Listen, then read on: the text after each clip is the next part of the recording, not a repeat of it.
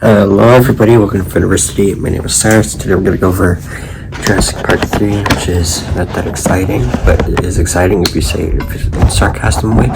So, let's press play on Jurassic Park 3. Yay!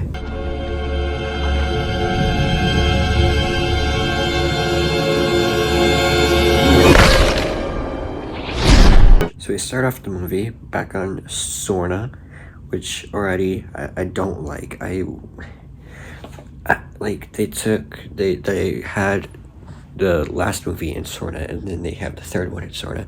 They're just like reusing this island, and I'm like, why can't you go back to Jurassic Park and see it destroyed?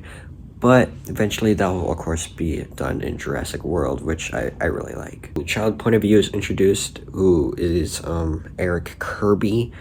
He's I don't really like him that much. Like, none of the kids are enjoyable except for Lex and Tim. They're all kind of annoying. And Eric, I don't know what to think about him. Like, the people on the boat, they mysteriously just fall on die, and we don't know what happens to them. They just die. Like, if it was a pteranodon, we would have seen the wings. If it was a mosasaur, which of course they didn't make until then, unless you think about Jurassic Park the game, then they must have like jumped off the boat. In this opening, we don't actually see a dinosaur. Like, you don't see any until like 15 minutes in, and it's like a really quick movie. It's only an hour and a half long, which is really surprising because the other two are 2 hours long each. So it's like really surprising. We're reintroduced to Alan Grant, again played by Sam Neill. I just forgot his name, but he is played by Sam Neill, which, yay. I mean, he's talking to this kid, and you'd expect that to be his kid, but it's not. It's Ellie's kid, which feels like his entire character development of the very first movie was pointless. Like, none of it really mattered in the long run because he wouldn't be with Ellie anymore. But he's still like interested in dinosaurs, and Ellie has like PTSD on it, and he makes a theory that raptors like were more intelligent than primates because they were able to communicate in a certain way that would confuse other animals. That's something that upsets me, is that there's zero character development in this movie. It's just like very boring, honestly, and I don't understand, like, why can't we have any character development? It's just like, you go to island, they get away in an hour and a half. It's not that interesting.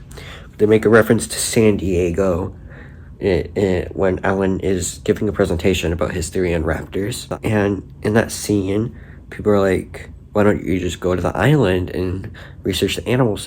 And Alan responds that they can't, because the animals there are, of course, have the frog DNA and are completely accurate, because they're, of course, dinosaurs that there's gaps in the DNA, so they can't be the exact same.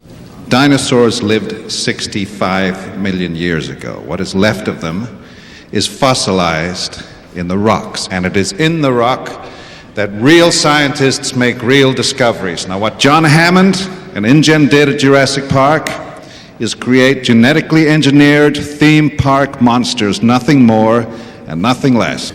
Next, we're introduced to Billy, who is like Alan's assistant. It seems like he's there. He's kind of he's there. I mean, like, all the characters are there. They're just there. They have no like reason to exist. But we get to see the raptor chamber. That, of course, comes back later at the very end when you probably forgot about it. We meet Paul and Amanda Kirby, who are the worst part of this movie. You know, there's a lot of bad parts of this movie because it sucks, but they're the worst part. They're so annoying.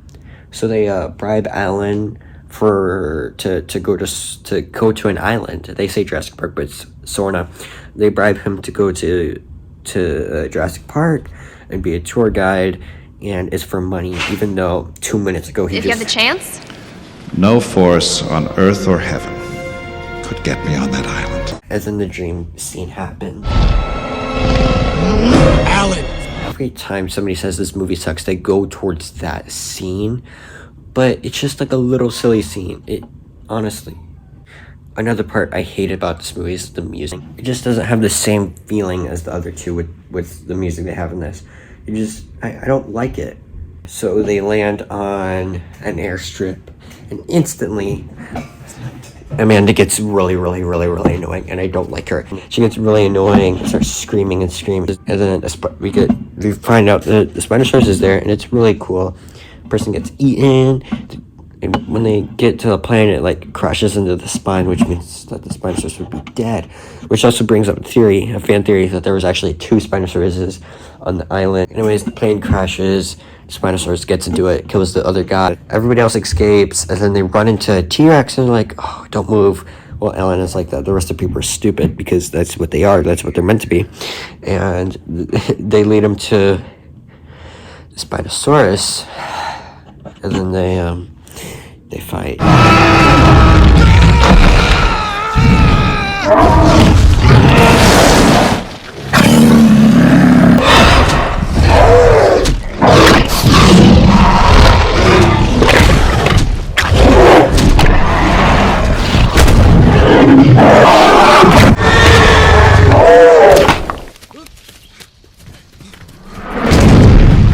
And we find out that Paul and Amanda Kirby are like not rich and are divorced and for a whole year, and they just lied about everything, which makes them even more of bad people. And we find out this is Spinosaurus, and we also find out about InGen's list, which is a list of all the species that they had on Jurassic Park. And it's like a canon thing that came out in the 90s. It has a list of all the dinosaurs they made. And Spinosaurus was not on that, which also sets up the lore that InGen went back on the island after the San Diego incident and cloned dinosaurs and then got off the island.